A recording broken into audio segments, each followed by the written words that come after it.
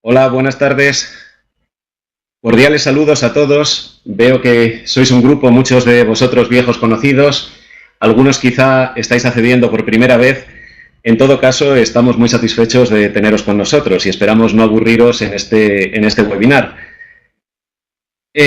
También queremos deciros que estos contenidos tratan de enfocar el tema de la operativa con carteras de ETFs de manera globalizada. Es necesariamente, dado el tipo de charla, de tipo introductorio, pero esperamos ver de alguna manera todas las facetas y todas las técnicas que se están utilizando, aunque sea de manera muy breve, para construir carteras de trading utilizando estos productos, estos fondos cotizados. La charla la vamos a dar David Zurraca y yo.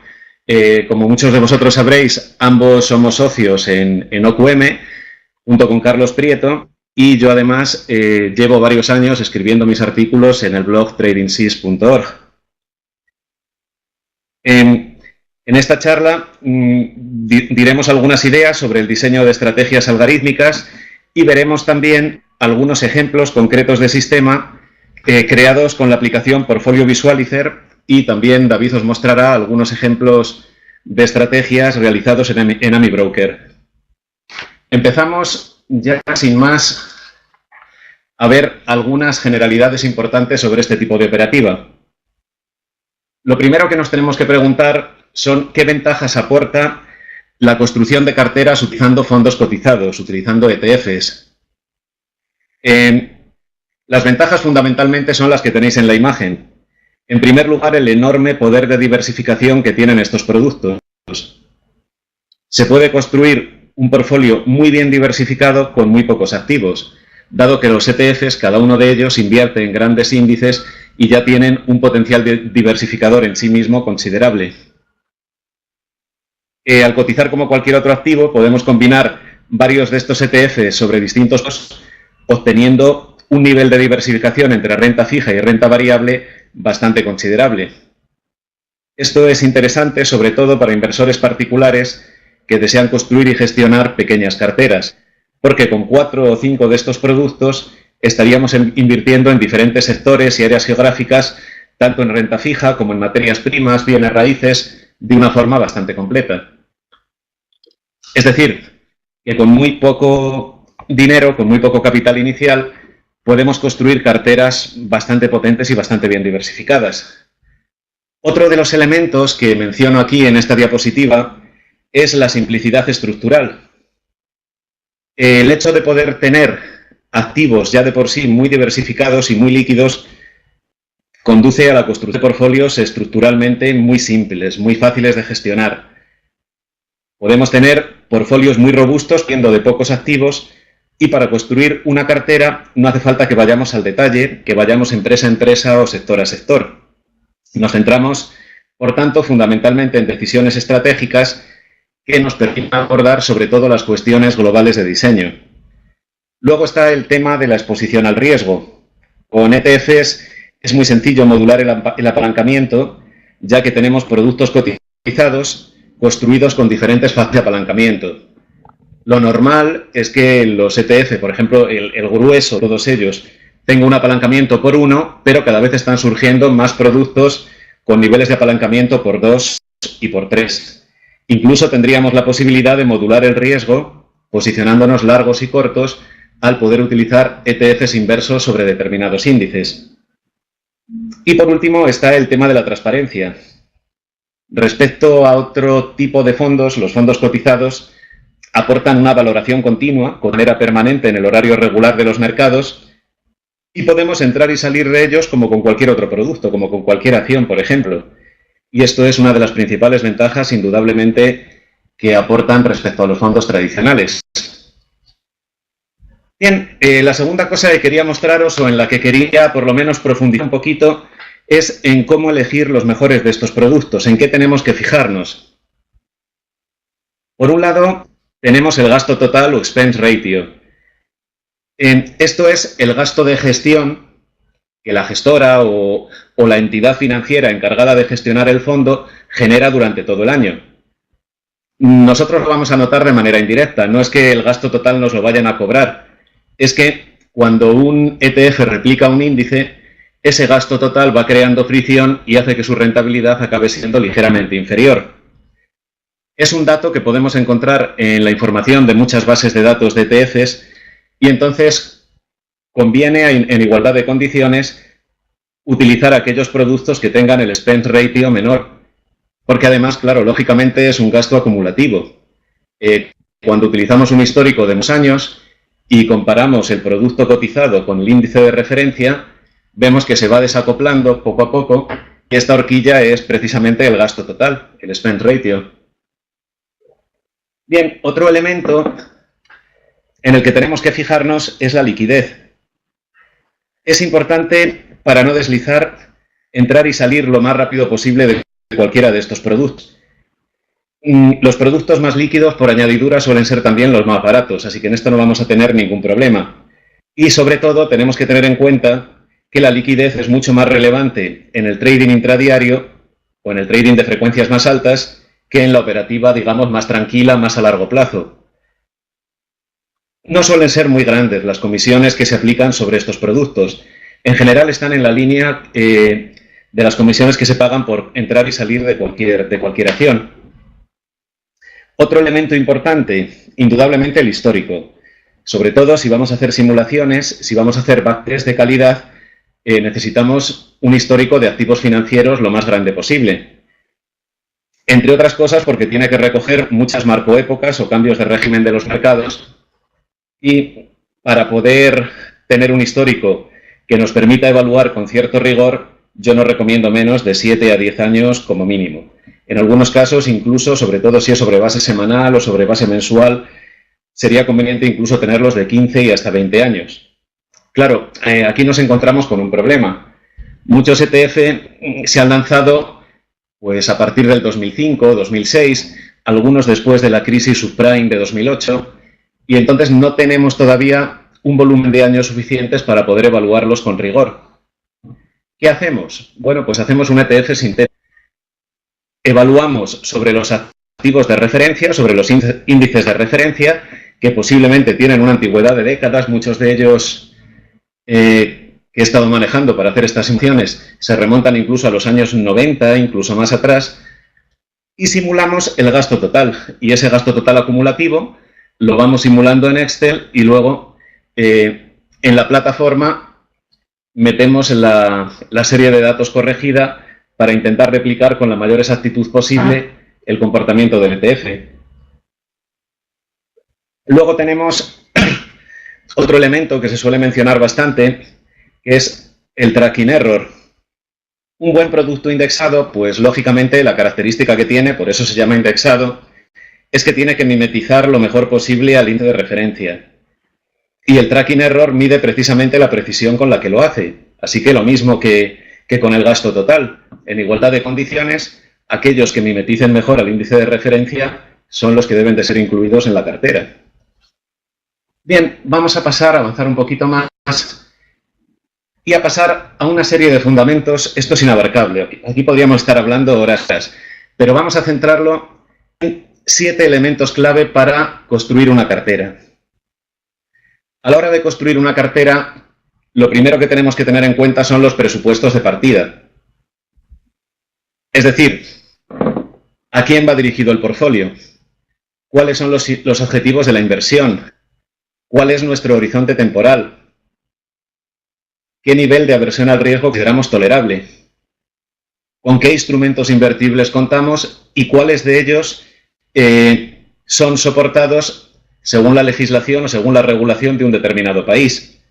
En fin, todas estas variables es lo que modula de alguna manera el tipo de elementos de partida con los que podemos operar.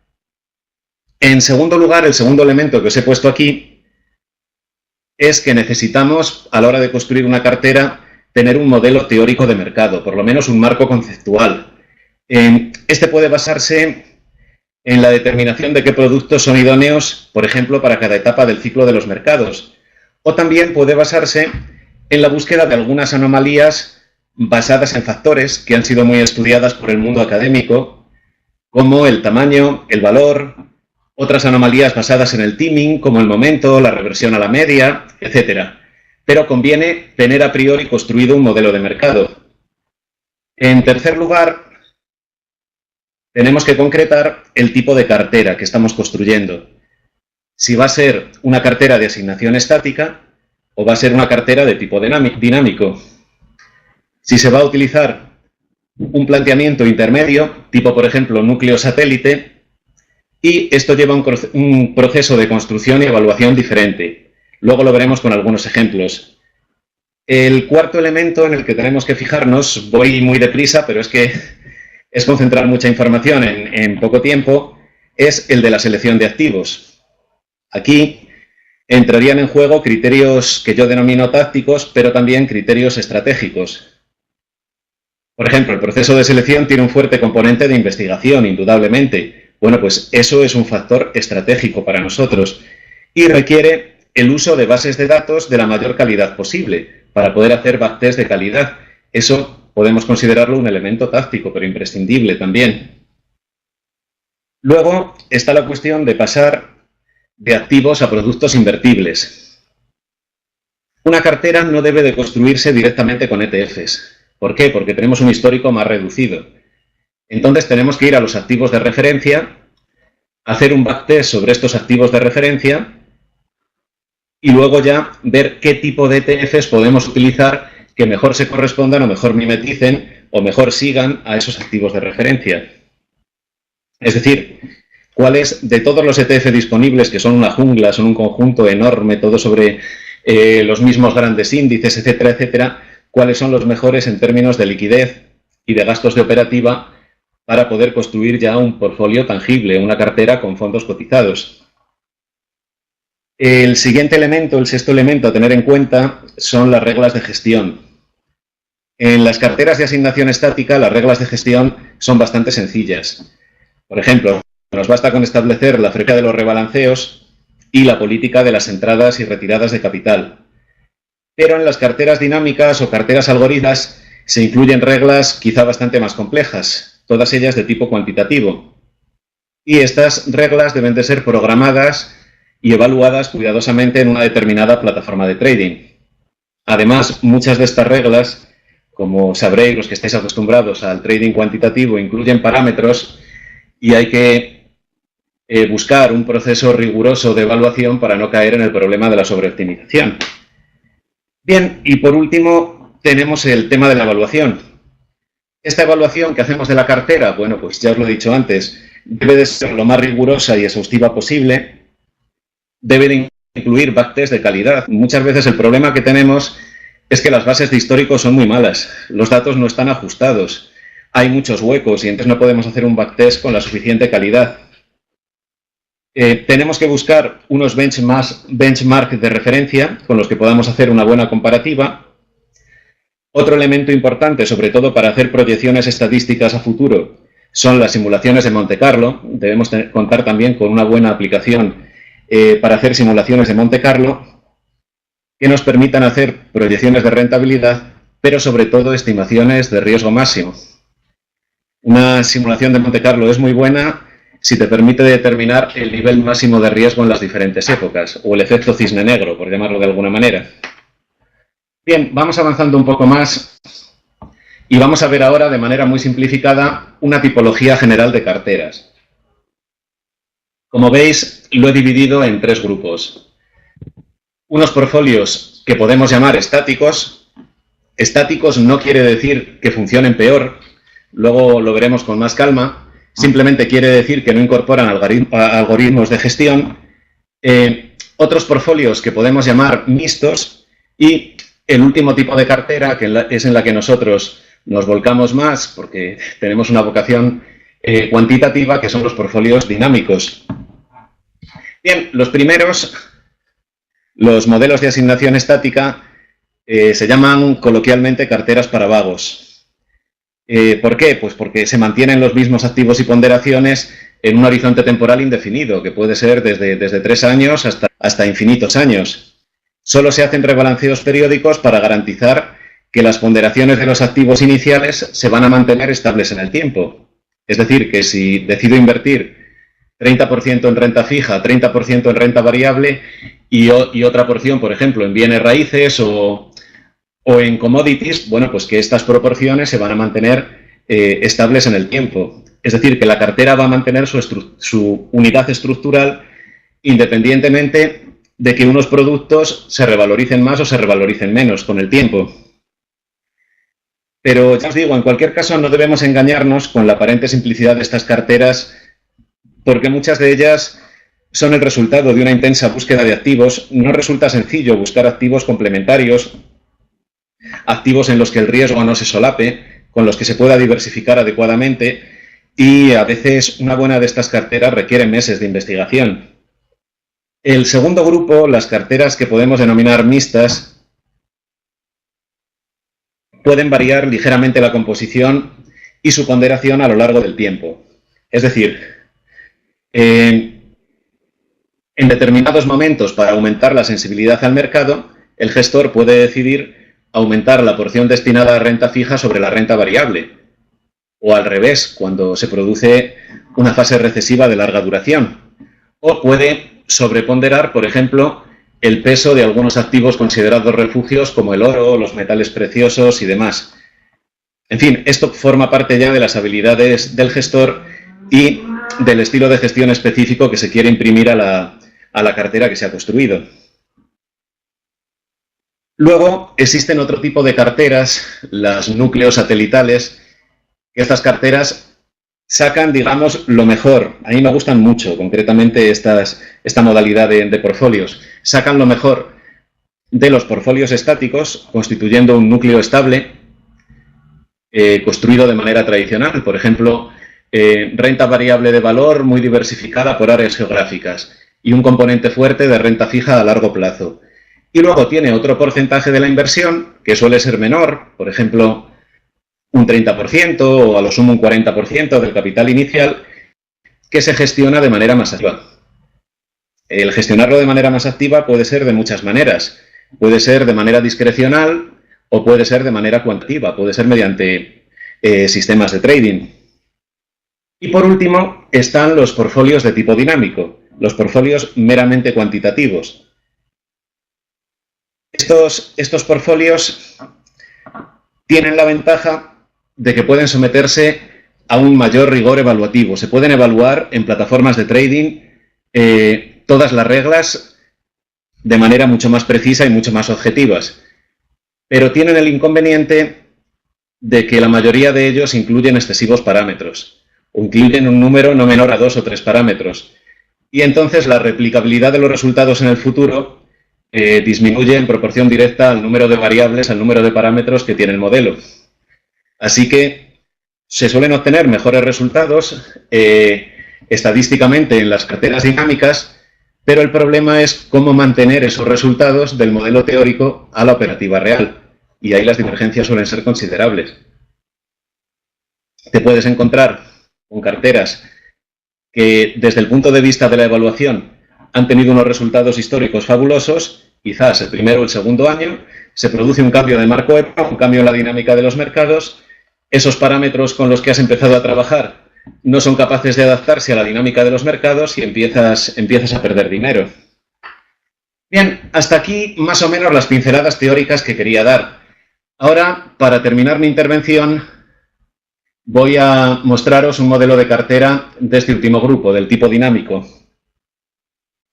Es una cartera muy sencillita, una cartera que propongo como estudio de caso simplemente, a la que he puesto el nombre de Halo 8.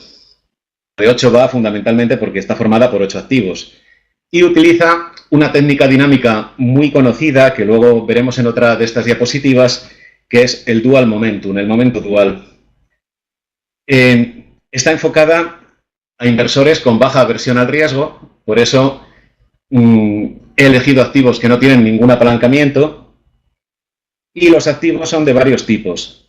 He elegido ETF sobre índice USA, ETF de la zona euro, oro, bienes raíz, renta fija, renta corporativa y bonos del tesoro a largo plazo. El horizonte temporal que he planteado para esta cartera, bueno, pues como es un ejemplo sencillo, he planteado un horizonte indefinido o un horizonte neutro, que se puede llamar también. ¿Por qué se llama horizonte indefinido o horizonte neutro? Porque no está establecida, luego puede establecerse posteriormente al concretarla en la práctica, pero en el modelo teórico que construyes no está establecida ninguna política de retiradas y entradas de capital, es decir, de reparto de dividendo y de captación de nuevo capital. Simplemente partimos de un capital base inicial y mantenemos acumulativamente ese capital durante todo el periodo de la evaluación.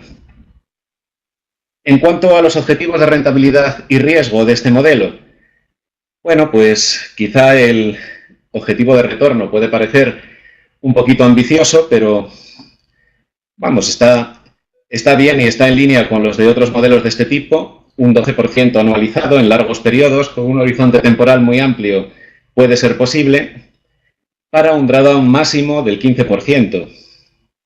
Y también, como es una cartera que está pensada para inversores con baja aversión al riesgo, buscamos un año malo en el que solo retrocedamos un 10%. Ojo, que estos son los objetivos con los que se construye el modelo teórico. Luego, por supuesto, en la concreción práctica pasará lo que tenga que pasar. En la parte derecha de los gráficos nada está escrito y ninguno tenemos una bola de cristal, pero son los objetivos de partida, insisto, con los que se construye el modelo. Y para comparar los resultados, utilizamos como benchmark de referencia la propia cartera equiponderada. Es decir, vamos a comparar las bondades del modelo dinámico sobre lo que sería un modelo estático de la misma cartera con los mismos activos. Bien, vamos a seguir avanzando. Vamos a ver un poquito la descripción de la lógica. ¿En qué consiste el dual momentum? Esta estrategia, en teoría, es relativamente reciente, aunque hay bastantes antecedentes de ella. Fue popularizada, sobre todo en un libro que se convirtió dentro del mundo de las finanzas prácticamente en un bestseller, que fue el libro Dual Momentum, de Antonazzi, publicado en 2015.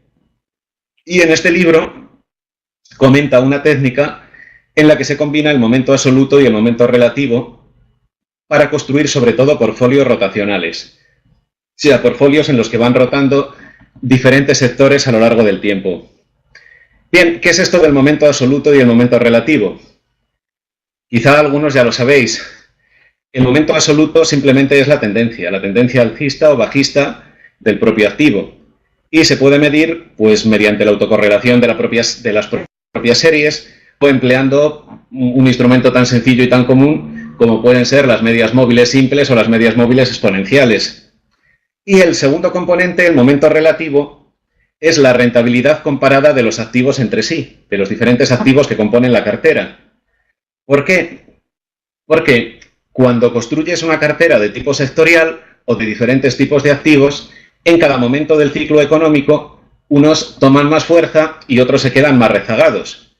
Entonces, construyes la cartera con un grupo determinado, con 8 o 10 activos, y tienes 3 o 4 como mucho al mismo tiempo en cartera. Los otros quedan en reserva para ser evaluados más adelante y se va produciendo este proceso de rotación que es el que le da dinamismo en realidad a la cartera.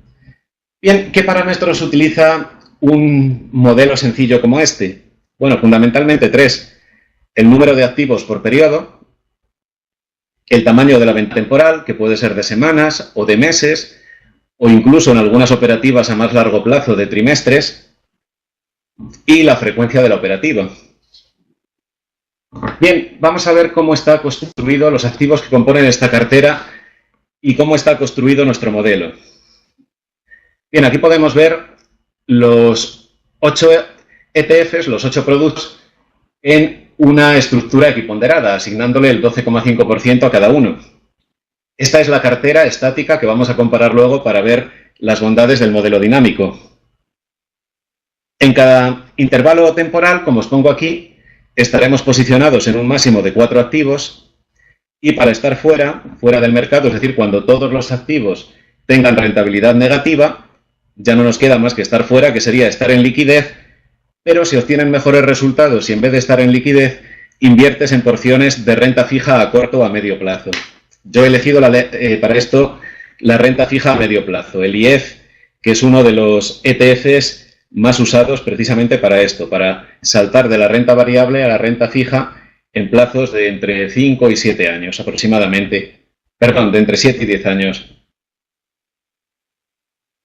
En cuanto a la composición de la cartera, bueno, pues hemos elegido 3 fondos cotizados de Estados Unidos que se centran en empresas de valor.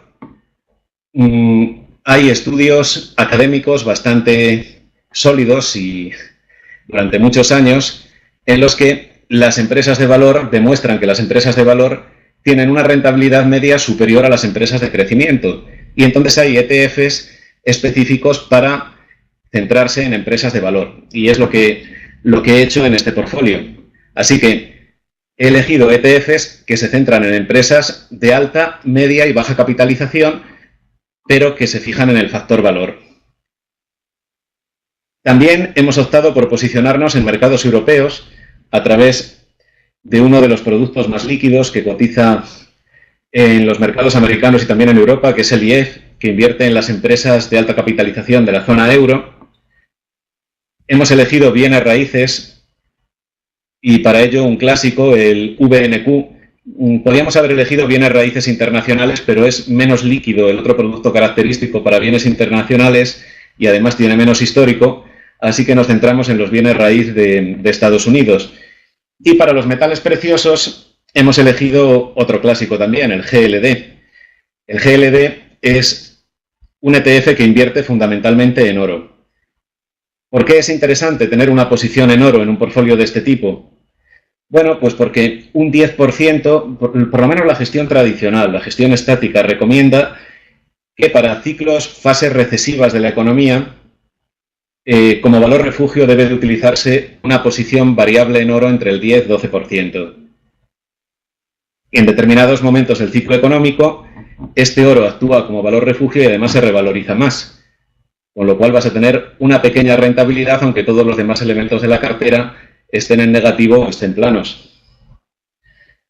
Y por último, para la porción de la cartera destinada a renta fija, hemos incluido una mezcla de renta fija corporativa, para lo cual utilizamos un ETF que invierte en renta fija corporativa de alta calidad, que es el LQD, y que además tiene un histórico bastante largo y es tremendamente líquido, y el ETF por excelencia de la renta fija estadounidense, que invierte en bonos del tesoro a largo plazo, que es el TLT, que este está presente, pues prácticamente os diría en el 50 o 60% de los portfolios de este tipo, de una forma o de otra.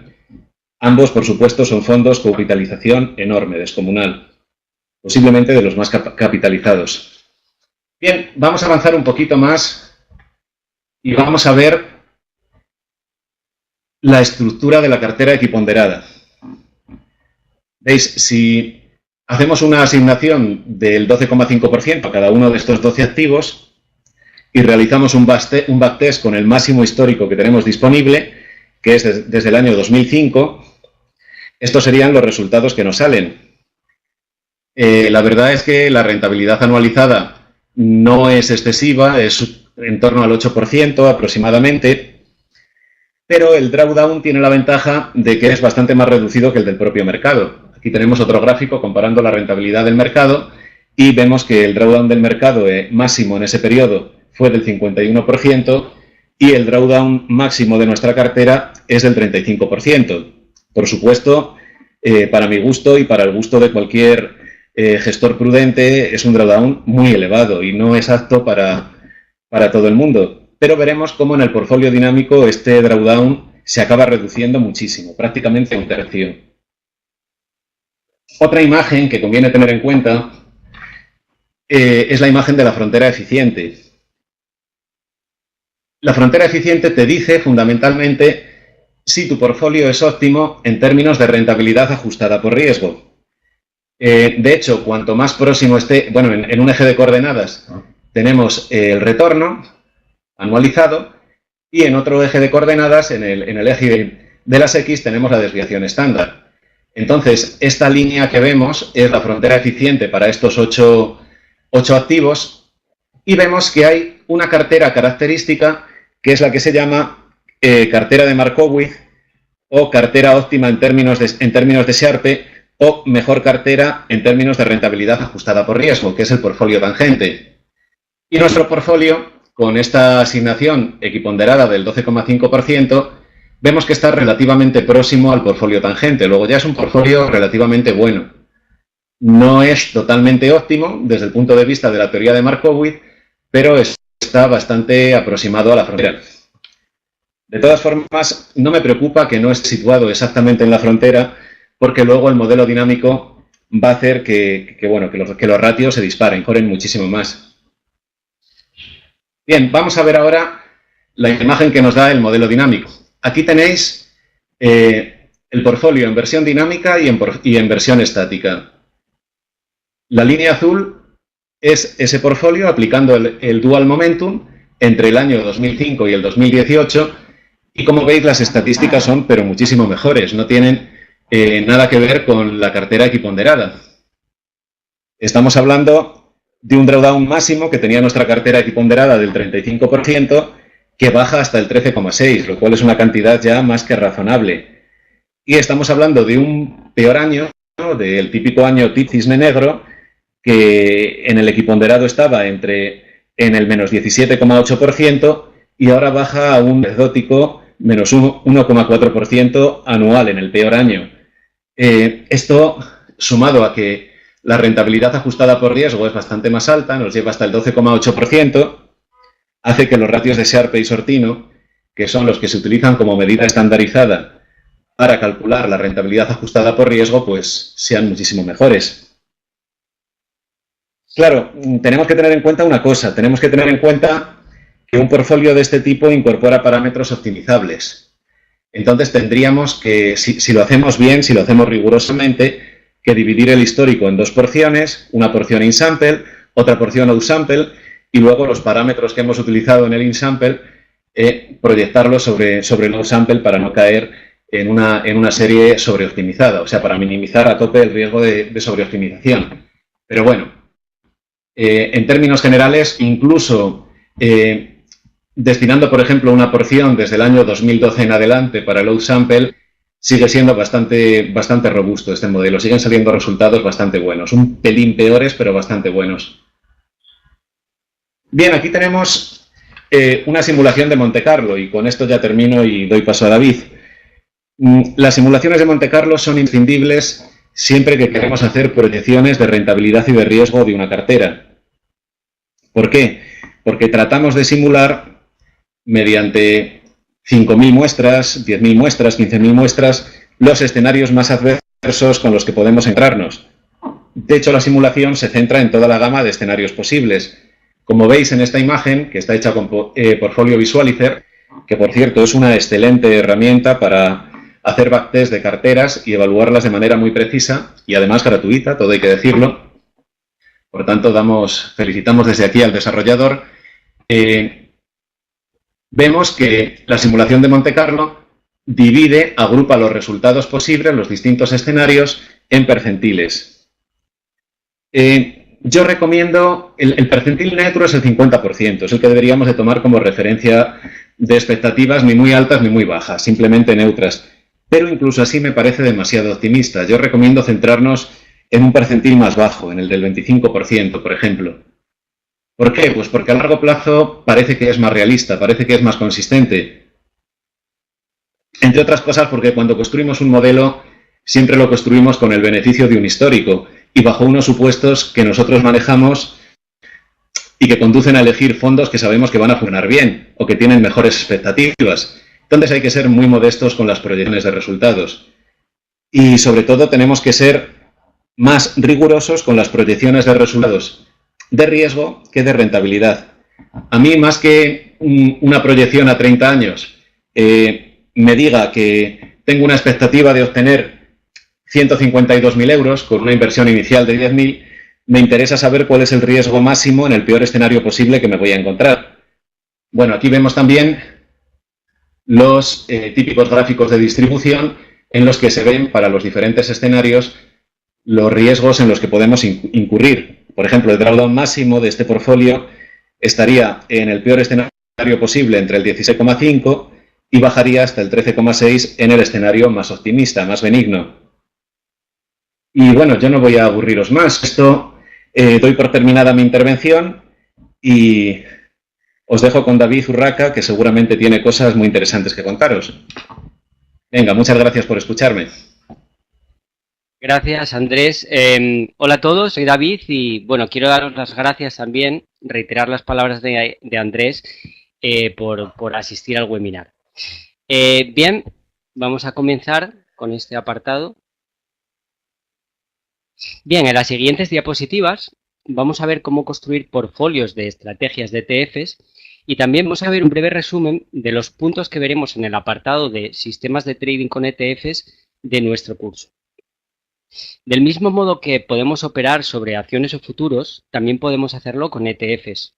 Una excelente alternativa consiste en operar estos productos con sistemas de trading. Esto nos permite, entre otras cosas, construir carteras de ETFs sobre las que se aplican sistemas de trading a nivel de portfolio que pretenden capturar movimientos específicos. Por ejemplo, una de las metodologías más utilizadas en la gestión profesional para trabajar en los mercados de futuros consiste en aplicar estrategias basadas en el seguimiento de la tendencia a nivel de portfolio.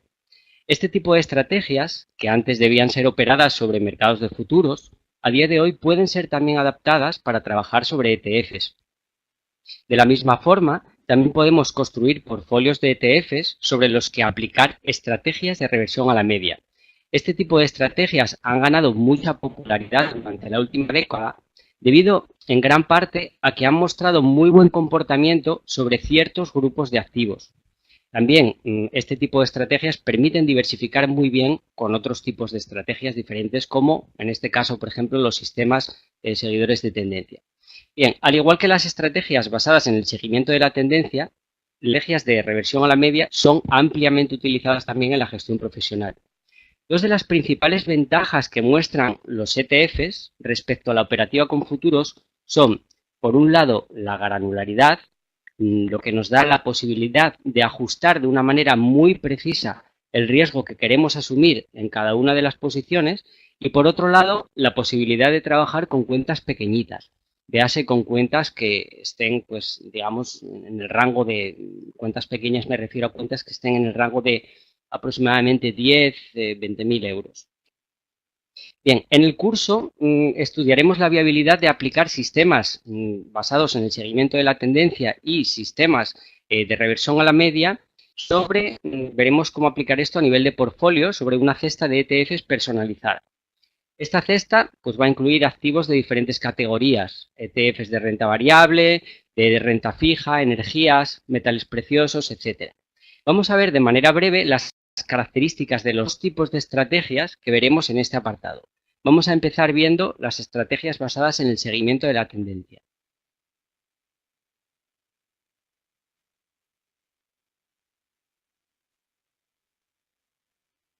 Bien, las estrategias seguidoras de tendencia se basan en el principio popular de dejar correr los beneficios y cerrar rápidamente las pérdidas. Tiene un porcentaje de aciertos bajo, que suele rondar el 30 al 40%. Y aquí el beneficio es generado por un grupo muy reducido de operaciones que obtienen grandes beneficios. Durante los años 70, 80 y 90, las estrategias basadas en el seguimiento de la tendencia fueron súper rentables. Ahí tenemos, por ejemplo, la emblemática historia de las tortugas, que se ha escrito pues, un montón sobre ello. En esta época los mercados eran menos eficientes que en la actualidad y cuando una tendencia se producía era más probable que los precios continuasen moviéndose en esa dirección. Durante las últimas décadas, con el incremento de volumen generalizado, muchos productos se han hecho más eficientes y eso hace que las tendencias sean más difíciles de localizar. En la actualidad, estas estrategias continúan siendo rentables, aunque obtienen resultados más discretos. Adelantamos que este comportamiento justamente se muestra en los estudios realizados en el curso que hemos hecho sobre la cesta de ETFs. Bien, como hemos adelantado, las otras estrategias que veremos en el curso son de tipo mean reversion. Las estrategias de este tipo buscan obtener beneficios posicionándose en movimientos extremos producidos en los precios. Se basan en la premisa de que dichos precios volverán a su media. Suelen tener un porcentaje de aciertos elevado que suele rondar aproximadamente el 70%. Esta característica hace que, desde un punto de vista psicológico, sean más fáciles de operar que los sistemas basados en el seguimiento de la tendencia. Son estrategias de corto plazo. El aumento de liquidez en los mercados en la última época ha hecho que este tipo de estrategias hayan ganado mucha popularidad. Como hemos dicho, esto se debe a su buen comportamiento sobre ciertos productos y especialmente sobre aquellos que tienen una alta liquidez y que están ligados a la renta variable. Tal y como veremos en el curso, las estrategias de esta categoría han funcionado relativamente bien durante los últimos años sobre ciertos ETFs. Y entre otras cosas, en 2008 Larry Connors y César Álvarez publicaron los resultados de una estrategia llamada RSI 25 y RSI 75 que arrojaba muy buenos resultados sobre una serie de ETFs trabajando a nivel individual. Esta fue publicada en el libro High Probability ETF Trading. En nuestro curso lo que hacemos es proponer una versión personalizada de esta estrategia que incorpora diferentes instrucciones para que pueda ser trabajada a nivel de portfolio y que pretende aportar solución a cómo y cuántas señales de entrada seleccionar en cada momento. Esta nueva versión también incluye diferentes filtros propietarios que han demostrado ser robustos con otras estrategias de reversión a la media y que tienen por objeto mejorar los ratios del portfolio. Bien, en la imagen que se muestra en pantalla tenemos los resultados de aplicar la estrategia modificada a nivel de portfolio sobre esta cesta de ETFs. Estos resultados van desde enero del 2001 hasta septiembre del 2017. En la imagen de la izquierda tenemos las estadísticas básicas del portfolio y en la imagen de la derecha tenemos la curva de capital acumulada y el gráfico de drawdowns. En esta simulación no han sido descontados gastos en comisiones y deslizamientos. Nosotros recomendamos deducir aproximadamente el 0,15%, 0,2% round turn. Aquí podemos ver que la media por operación, no sé si se puede ver porque quizás se vea demasiado pequeñito, pero bueno, en este caso la media por operación es del 0,93%, la cual pues absorbería bien estos gastos. Este dato del sistema modificado es superior a la media por operación del sistema original al aplicarlo sobre nuestra cesta de ETFs. Bien, no vamos a meternos a fondo a analizar los resultados, ya que lo haremos detalladamente en el curso, aunque sí podemos apreciar que se trata de una estrategia que históricamente hubiese mostrado un muy buen comportamiento. Observando el gráfico de la curva de capital, también vemos que no se aprecia una deceleración significativa de los resultados durante los últimos periodos, en los que ha habido niveles históricamente bajitos de volatilidad. También veremos un apartado enfocado a operar los ETFs sectoriales del S&P 500. Se abordará la teoría subyacente de las estrategias de rotación de sectores basadas en momentum que pueden ser aplicadas sobre dichos ETFs y veremos sus características y funcionamiento. Los ETFs sectoriales del S&P 500 tienen un fuerte sesgo a revertir a la media y por ello las estrategias de reversión a la media son, lógicamente, muy aptas para operarlos. En el último punto del curso os pondremos una estrategia de tipo mean reversion que operará sobre 9 ETFs sectoriales del S&P 500. La principal característica de esta estrategia es que no utiliza indicadores para generar señales de compra-venta. Dichas señales son generadas comparando el precio de cierre de la barra actual con los precios de cierre producidos en el corto y en el medio-largo plazo. Aquí nuevamente aplicamos instrucciones para que pueda funcionar a nivel de portfolio. Bien, a lo largo de este apartado también analizaremos cómo afecta la modificación de los parámetros de la estrategia a través de gráficos en 3 dimensiones y 2 dimensiones y veremos cómo determinar zonas paramétricas de trabajo en dichos gráficos. Bien.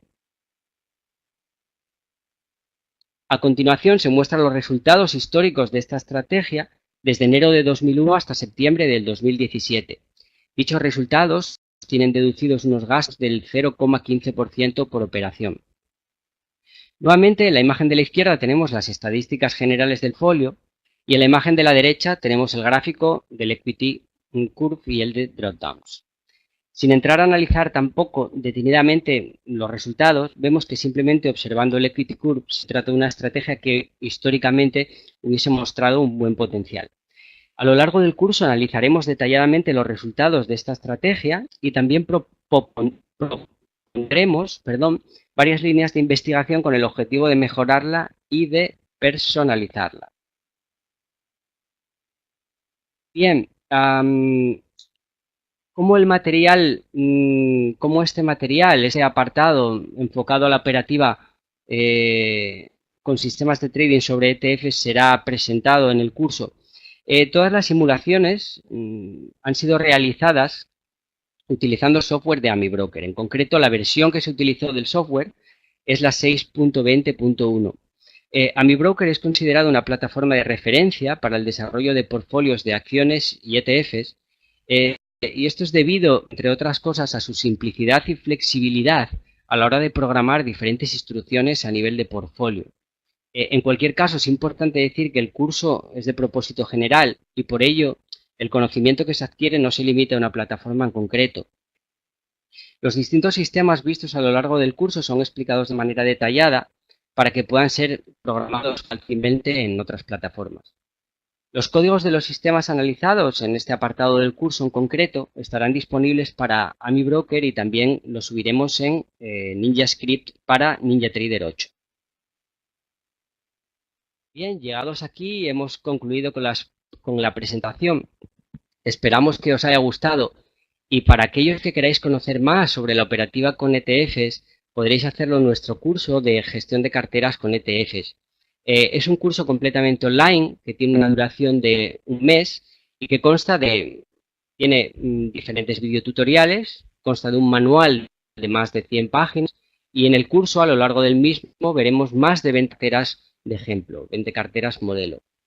Bien, para aquellos que estéis asistiendo al webinar, nos gustaría hacer una oferta especial del 25% de descuento en el curso. Para aquellos que queráis matricularos, podréis hacerlo desde la tienda virtual de OQM, introduciendo el código de descuento que se muestra en pantalla. La oferta será válida hasta el día 18 de mayo. Hasta el día 18 de mayo. Bien, abrimos el turno de preguntas Sí, muchas gracias, David, y muchas gracias a vosotros. He estado tomando nota de algunas de las preguntas que han aparecido en el chat. Y hay una primera pregunta de José, que si quiere respondo yo, que habla de los criterios para seleccionar un activo y de concretar un poquito más, me imagino que se refiere a eso, el tema del timing.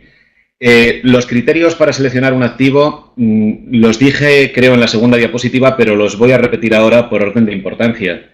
Para mí, desde el punto de vista de la construcción del modelo y de la evaluación en plazos muy largos, un criterio fundamental es el histórico. Yo no me lanzaría a construir carteras con productos que tuvieran un histórico de menos de 7 años. Otro elemento fundamental para mí es el poder entrar y salir deprisa, es el tema de la liquidez. La mayoría de los grandes ETF son productos tan líquidos como las mejores acciones de un índice, pero si nos ponemos a escarbar encontramos ETFs que tienen una liquidez muy estrecha y entonces se genera un deslizamiento considerable operando con estos productos.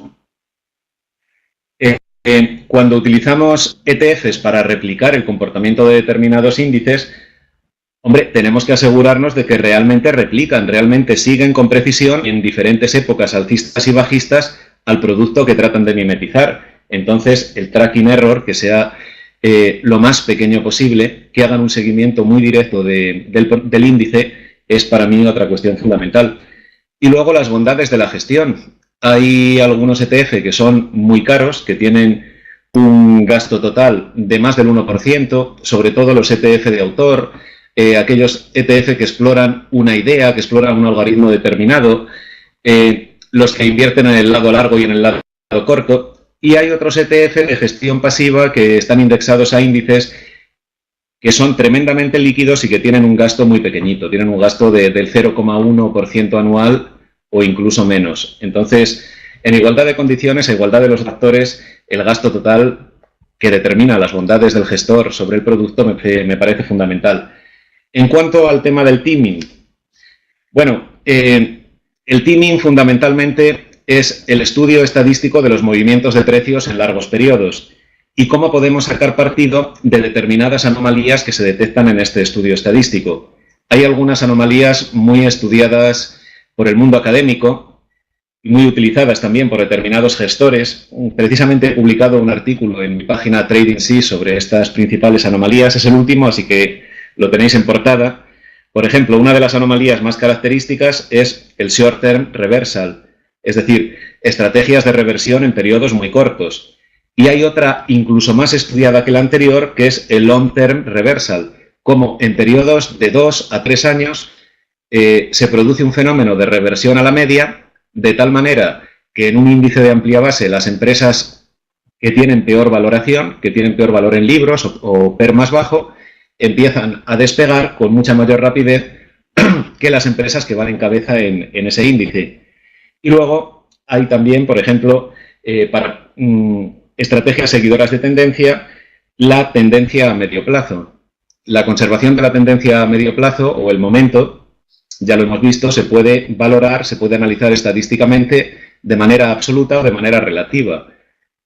Si solamente estás utilizando una cartera básica en la que estás intercalando entre renta fija y renta variable, te interesa el momento absoluto. En el momento en que veas que ese producto empieza a retroceder, que cae, por ejemplo, por debajo de su media, pues tienes programadas unas reglas básicas para saltarte a renta fija o para ir ponderando dinámicamente la relación entre renta fija y renta variable. Y si se trata de una cartera, como los modelos que os ha mostrado David al final, en la que lo que se busca es la rotación de sectores, entonces se interesará sobre todo controlar el tema del momento relativo. Es decir, cómo están, qué rentabilidad dinámica están obteniendo unos sectores con respecto a otros y hacer una selección de los que van mejor. Eso respecto a la pregunta que hacía José. Luego había otras preguntas que entiendo que iban dirigidas a David, que se han hecho durante su exposición, y una de ellas nos la plantea Carlos. Es si se podría hacer esta operativa, la operativa de reversión a la media que ha explicado David, sobre carteras de futuros. Así que esto, si te parece, responde tú, David. Bien, sí, yo respondo.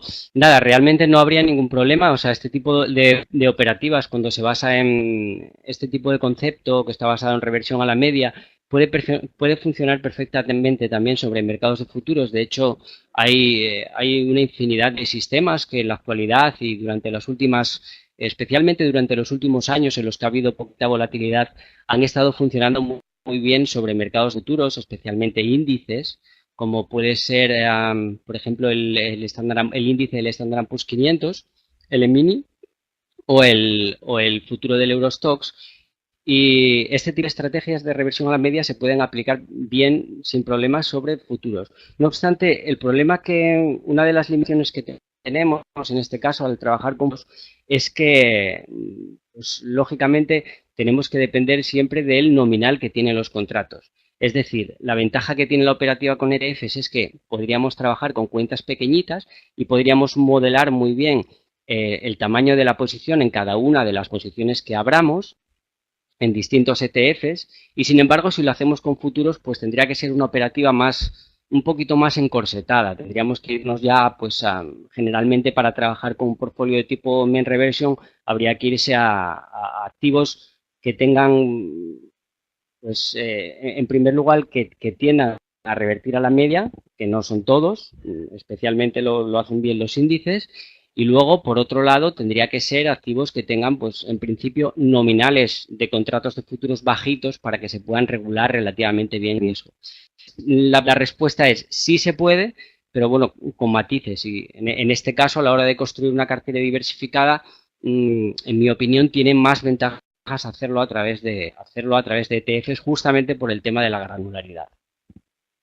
De hecho, también el tema de la granularidad también es importante porque de cara a aplicar gestión monetaria, de cara a aplicar estrategias de composición, va a ser mucho más fácil hacerlo a través de ETFs que a través de futuros. Imaginaros que si estamos trabajando con futuros, por ejemplo, y estamos aplicando un fixed fraction, es decir, estamos manteniendo el riesgo constante en nuestro algoritmo de gestión monetaria. Si estamos trabajando un DAX, por ejemplo, que tiene un nominal, pues, bestial, tendremos que doblar el nominal para incrementar un nuevo contrato. Sin embargo, con ETFs esta granularidad te permite ir ajustando muy bien el tamaño de la posición a medida que el equity curve, pues, va subiendo o bajando.